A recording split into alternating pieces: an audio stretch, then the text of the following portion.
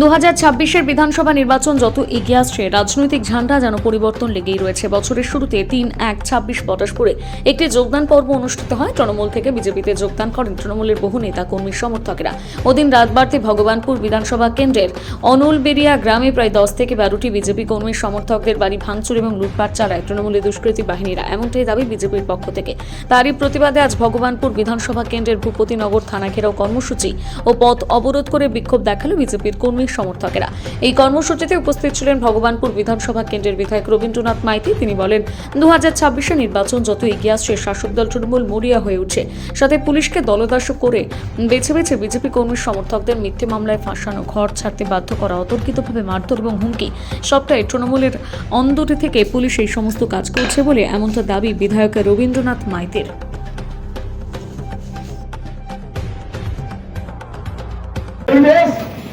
সেখানে রাজনৈতিক যে বাতাবরণ, যেখানে মানুষের ভোটাধিকার, মানুষের মৌলিক অধিকার খর্ব হচ্ছে, কিন্তু কোন প্রকার পুলিশ ব্যবস্থা নিচ্ছে না।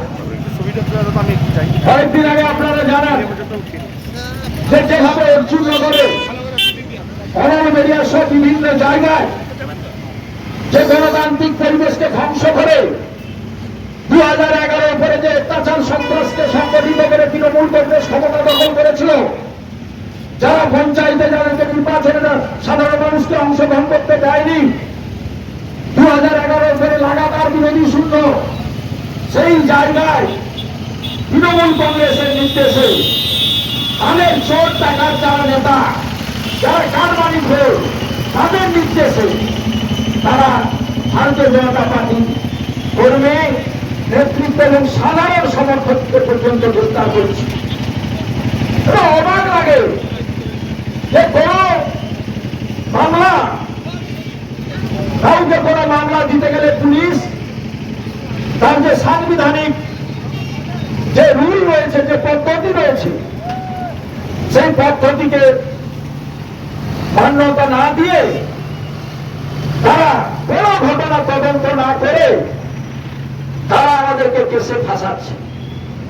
এবং নতুন করে যারা সব এনআইএ কেসের আসামি, যারা জেলের মধ্যে ছিল, যারা জেল থেকে বেরিয়েছে, যারা দুষ্কৃতী, যারা নতুন করে সন্ত্রাস সৃষ্টি করছে, তাদেরকে নিয়ে এই থানার আধিকারিক চলছেন। আমরা কিন্তু জানিয়ে দিতে চাই তৃণমূল কংগ্রেসকে এবং পুলিশের আধিকারিকগণকে যে আপনারা যেভাবে একটা রাজনৈতিক দলকে, যাদের মানুষের কাছে কোনো গ্রহণযোগ্যতা নেই, যারা মানুষের ভোটাধিকারের উপরে বিশ্বাস রাখে না, যারা কোনো গণতান্ত্রিক পরিবেশের মধ্যে থাকতে চায় না, যারা লুট আর সন্ত্রাস আর অত্যাচারের মাধ্যমে গণতন্ত্রকে ধ্বংস করে, তাদের হয়ে আপনারা এখনো ওকালতি করছেন। কিন্তু আপনাদেরকে স্মরণ করিয়ে দিই, এই থানার আধিকারিক যারা আছেন, আমি একজন রাজনৈতিক কর্মী হিসাবে যে অনেক আধিকারিককে আমরা দেখেছি যারা অনৈতিক ভাবে, যারা অগণতান্ত্রিক ভাবে, যারা বিভিন্ন ভাবে সাধারণ মানুষের অধিকার এবং তাদের ভোটাধিকারকে কেড়ে নিয়েছে, তাদেরকে সহযোগিতা করে যাচ্ছেন প্রতিদিন। কিন্তু করার পরে আমরা অনেকদিন দেখেছি অনেক আধিকারিককে যারা অনেক ক্ষেত্রে যখন সরকারের পরিবর্তন ঘটেছে, তখনই দেখেছি যারা মানুষের উপরে অত্যাচারকারী যেসব পুলিশের আধিকারিক, তাদের কিন্তু ভোটের চারপাশে আমি ঘুরতে দেখেছি, তাদেরকে ভোটের চারপাশে তাদেরকে ঘুরতে দেখেছি। আপনাদেরকে স্মরণ করি, প্রতিটা মামলার কিন্তু তদন্ত হবে এবং সেটা সিবিআই তদন্ত হবে।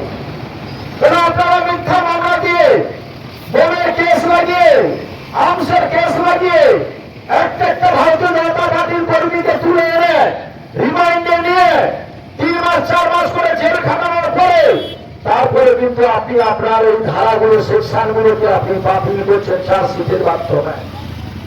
আপনি চার্জশিট থেকে বোনের সেকশন এবং আর্মসের সেকশনকে বাদ দিচ্ছেন, তার নির্দেশে করছেন।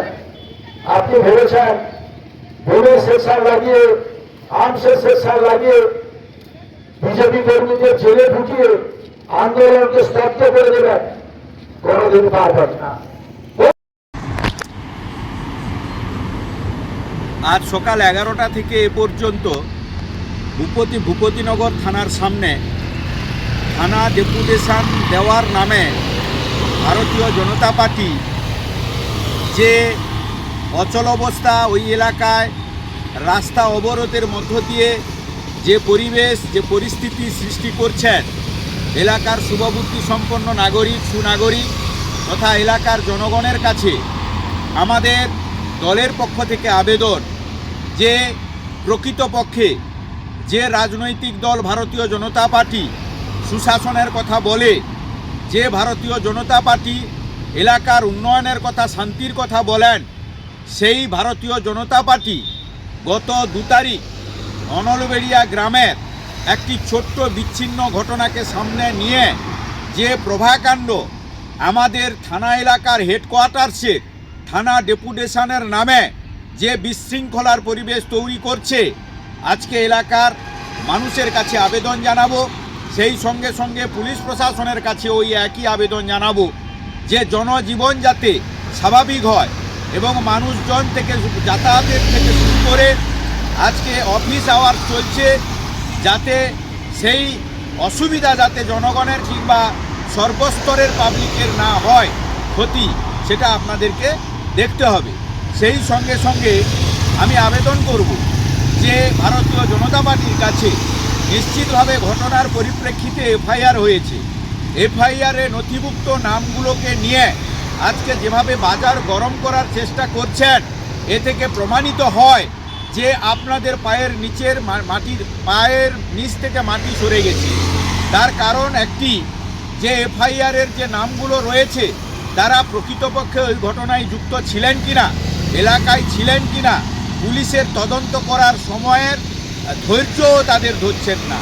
তারা ইতিমধ্যেই নানান সেন্ট্রাল এজেন্সির নাম নিয়ে নানানভাবে ভয় ভীতি প্রদর্শন দেখানোর চেষ্টা করছেন, কিংবা কর্মীদেরকে উজ্জীবিত করানোর একটা প্রয়াস মাত্র।